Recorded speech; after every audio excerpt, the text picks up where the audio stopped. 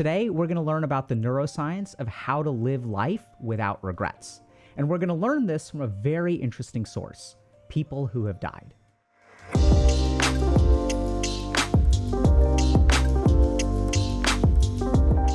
When I was working as a psychiatrist, I noticed that a lot of my patients struggled with regret.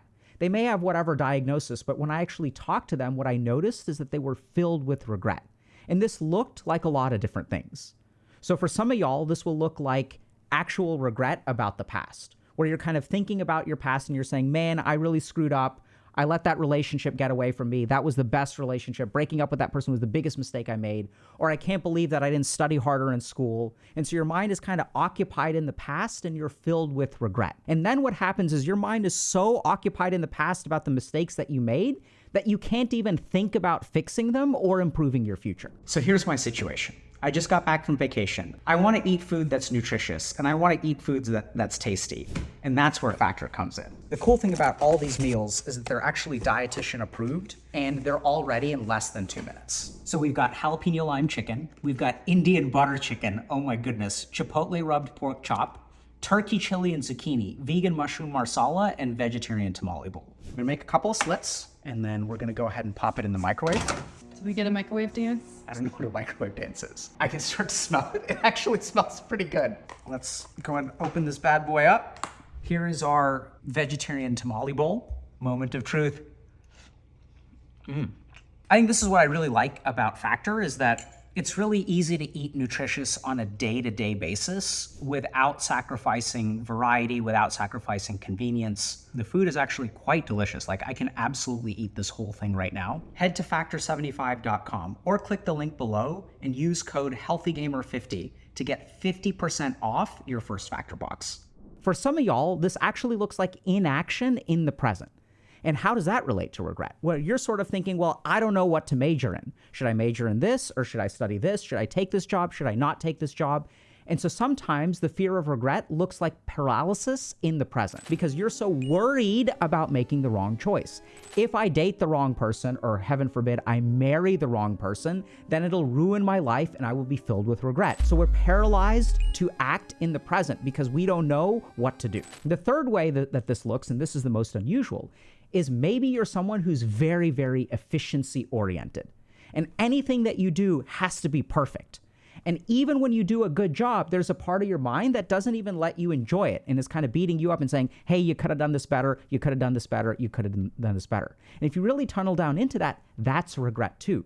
And so people who are so interested in optimizing every corner of their life, why does your life need to be optimized? What are you looking for? You're looking to wake up tomorrow and not regret the actions of today. So it's really bizarre, but the fear of regret and trying to avoid regret can keep you stuck in the past, keep you paralyzed in the present, and even keep you beating yourself up as you chase a particular future. And so let's understand, what is the fear of regret and where does it really come from? And so the key thing about regret is that it relates to time.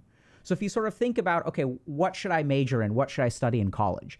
If you had an infinite number of years, then you could pick one thing, and then if that didn't work out, you could pick something else. So if you didn't have to worry about this dimension of time, then you don't have to worry about picking the wrong thing. If you have an infinite number of possibilities for relationships, if any particular relationship gets away from you, it doesn't really matter, right? Because you're going to have infinite opportunities in the future. And so if we sort of think about it, what is it that forces us to regret? It's the limitation of time. And if we take it one step further, why is our time limited on this earth? Because we die. So there's this fantastic text called the Tibetan Book of Living and Dying, where this group of Tibetan monks sort of figured this out. They figured out that the fundamental problem with attachment of life and regret is the fear of death. Because since we're going to die one day, our time is limited. Obvious, right? If our time is limited, we have to use time efficiently. We can't afford to make mistakes. And if we screw up, that time is never coming back. So regret has to do with limited time. Limited time has to do with the fear of death. How do we tackle this problem and start to learn how to live life without regrets? This is where we're going to turn to neuroscience. And this is where there's a fascinating case that I want to share with y'all. Generally speaking, when we look at what happens to the brain when we die, we're not actually watching the brain.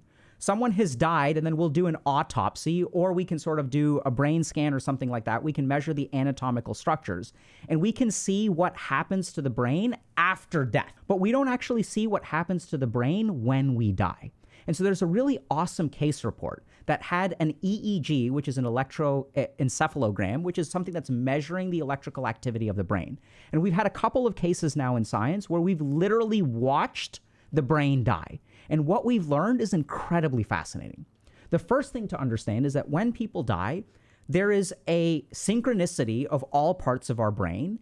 And that if you sort of look at what happens is there's this midline cortical structure. There's this one kind of area of the brain that seems to be affected by the process of death. And what we sort of know is that we've seen a bunch of electrical activity, but then we'll have people who go into brain death. We'll see this change in midline cortical activity. We'll see this synchronicity across all the brain. And then if we bring that person back to life, we can actually ask them, what was being dead? What did it feel like? What was it like to actually be dead? And we can actually get answers to what is going on in the brain. So when this goes on in the brain, what is this person's subjective experience? And what we tend to find, and now we've got tons of cases of this kind of stuff, is that when people die, their sense of self kind of dissolves. So they sort of feel this like loss of the barrier of self. So I'm not me anymore. I'm just kind of this formless presence. And I feel really connected to everyone. For some people, life flashes before their eyes. And every moment of your life kind of like runs through your mind. And that could be that synchronicity across all the brain. So you get this hyperactivation of the brain right before you die. But the subjective experience is that I lose my sense of self. I feel like the personhood within me has died. And so the interesting thing is if you ask people like, what was it like to be dead? They actually say it's really great. So there are lots of cases where people really enjoy being dead. I know it's kind of weird, but that's really literally what they say. That when I sort of lose my sense of self, I feel very peaceful. I feel very connected. It feels amazing. It feels like I'm in a womb. I'm not advocating that you'll go kill yourselves. Please don't do that. We're going to teach you how to get all the benefits of that without actually dying. What it comes down to, and what people have sort of called this, is ego death. So scientists have studied this, and even psychologists have studied this, therapists have studied this. They've concluded that patients go through this experience of ego death when they die. In addition to bodily functions, there's a subjective experience that the sense of self dissolves. And so then the question kind of becomes, okay, if the sense of self dissolves when we die, which makes sense, right?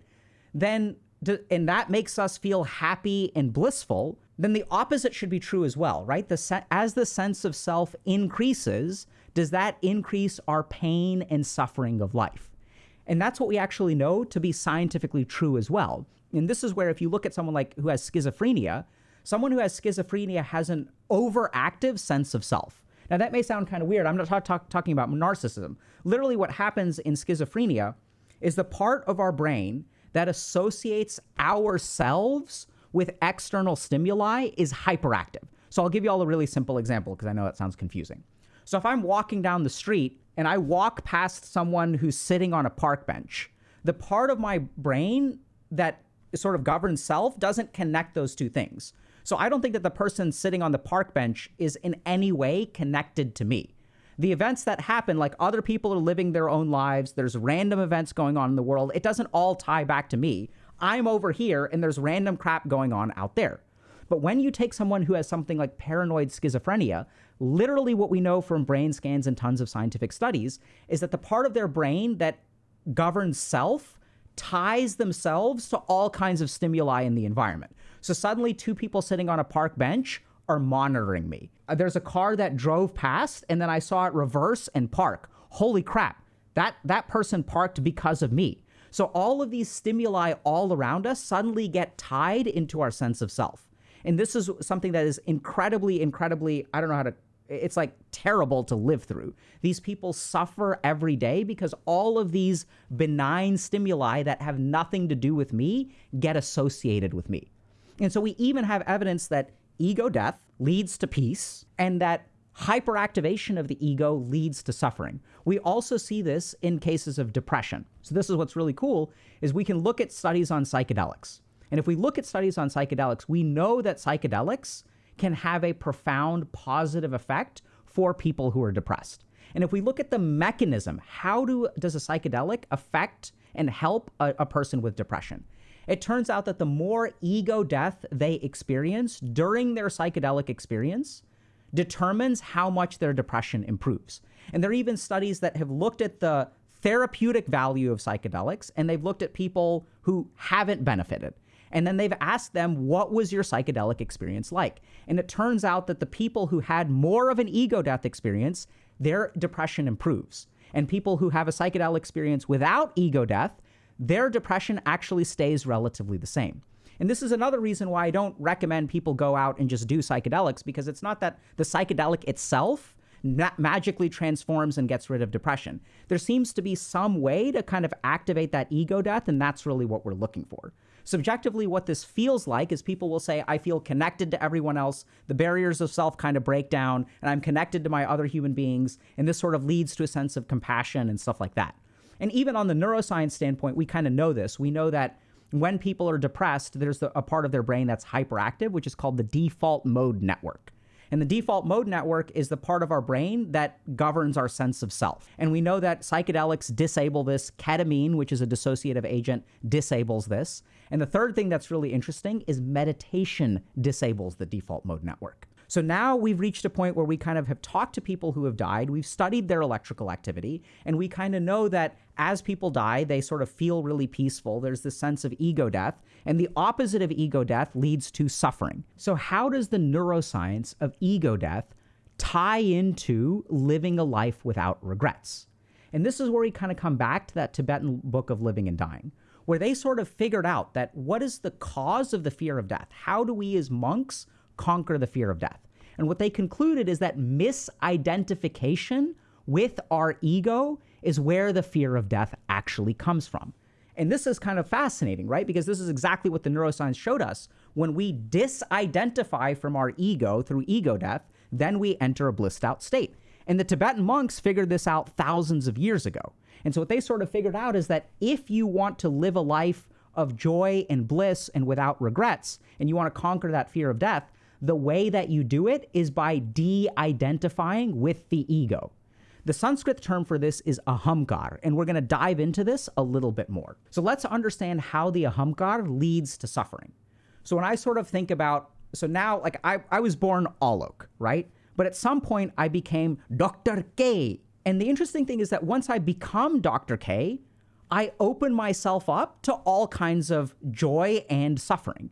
So now that I'm Dr. K, I'm a big guy, and that pumps up my ego, right? And I sort of feel like I'm a somebody. But the interesting that happens is the moment I start pumping up my ego, all these other thoughts kind of come in. Well, what happens if there's going to be a doctor one day who's better than I am, who's more handsome and more beautiful than I am? Oh my God, I'm now 40 years old. I'm getting older. Dr. K is going to be older. There's going to be someone sexier and more beautiful and more knowledgeable and knows more than I do. Oh my God, Dr. K is not going to be so great in the future. Or someone will start shit talking me on the internet, right? And now suddenly, like Dr. K, like that hurts me because I identify with Dr. K. So the moment that I put on the mantle of this ego identification, I actually open myself up to a lot of pride, but pride doesn't really feel good, right? Even if it feels good for a little while, like anytime you feel prideful, that's not going to last forever. And pride and insecurity go hand in hand.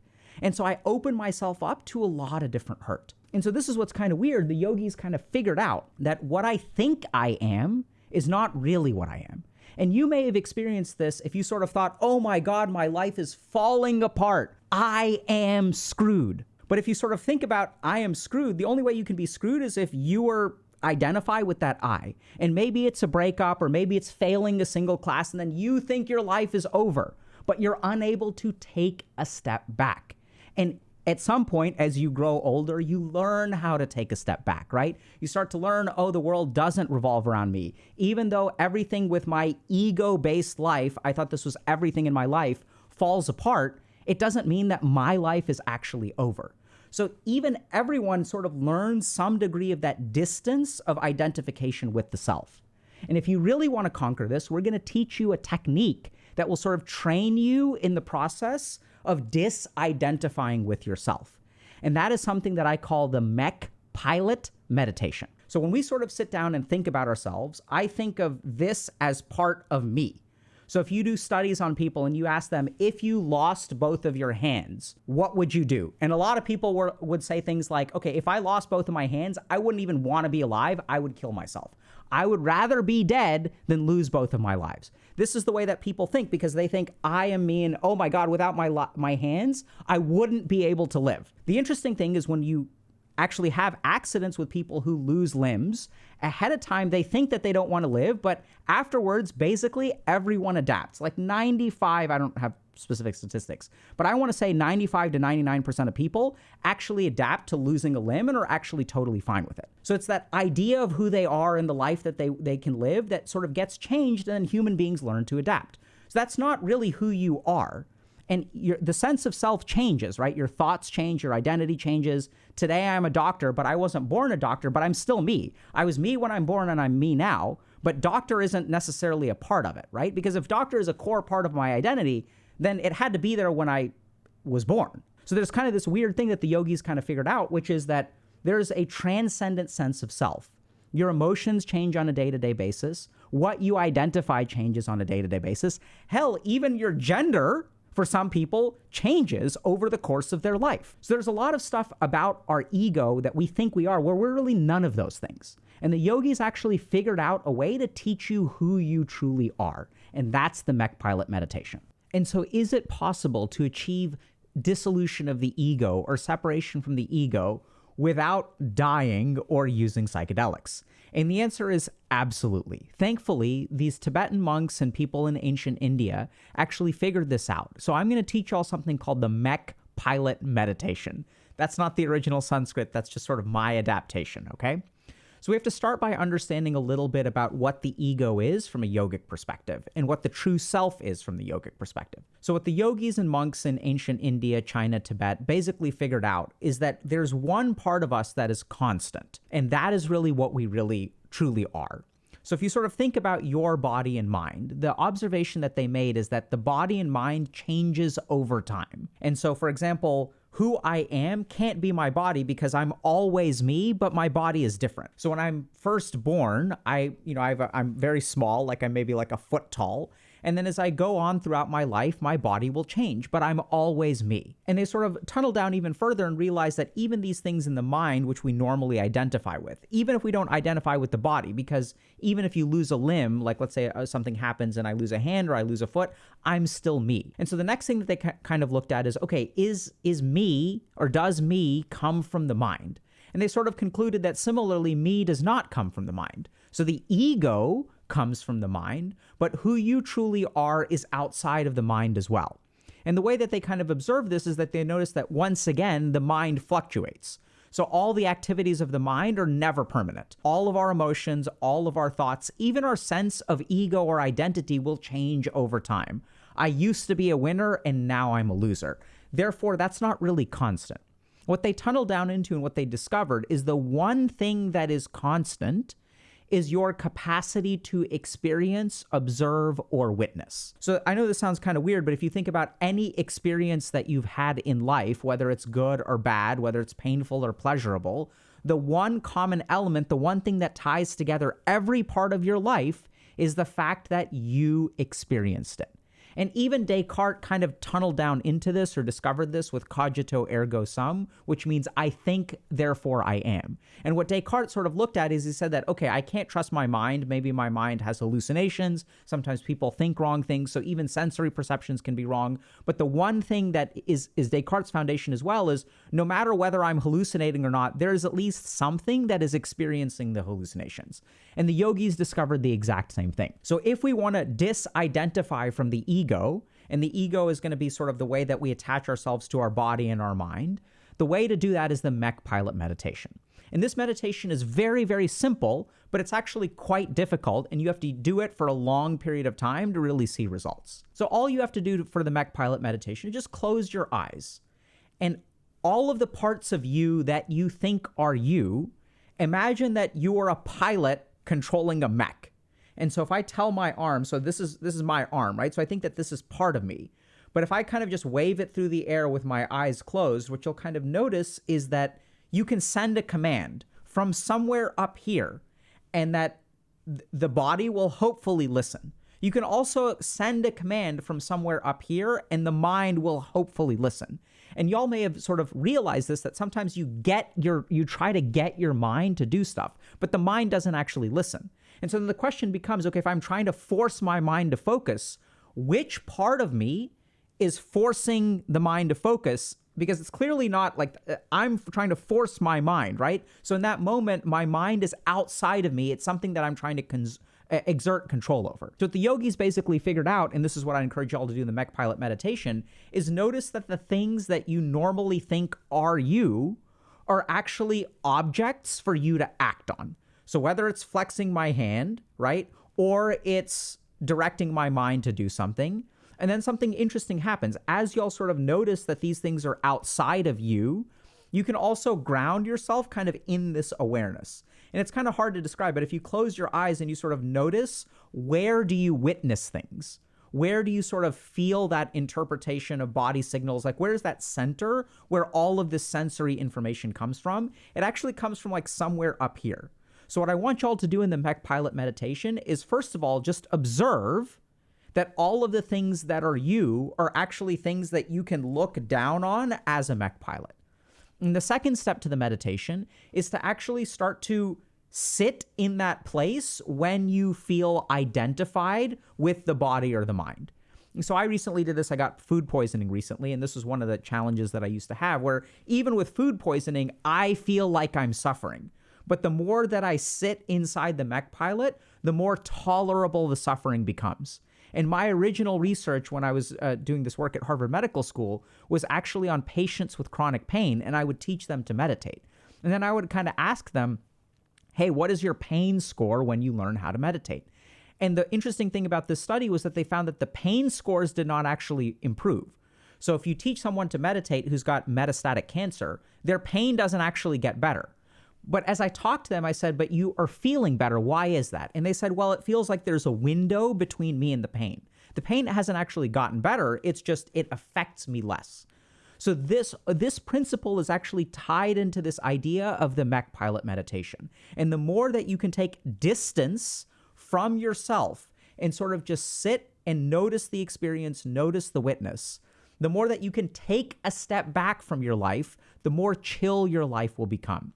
And as you get stronger in this technique, as you learn how to witness and just sit with your experience, what you'll start to discover is that your life will have fewer and fewer regrets.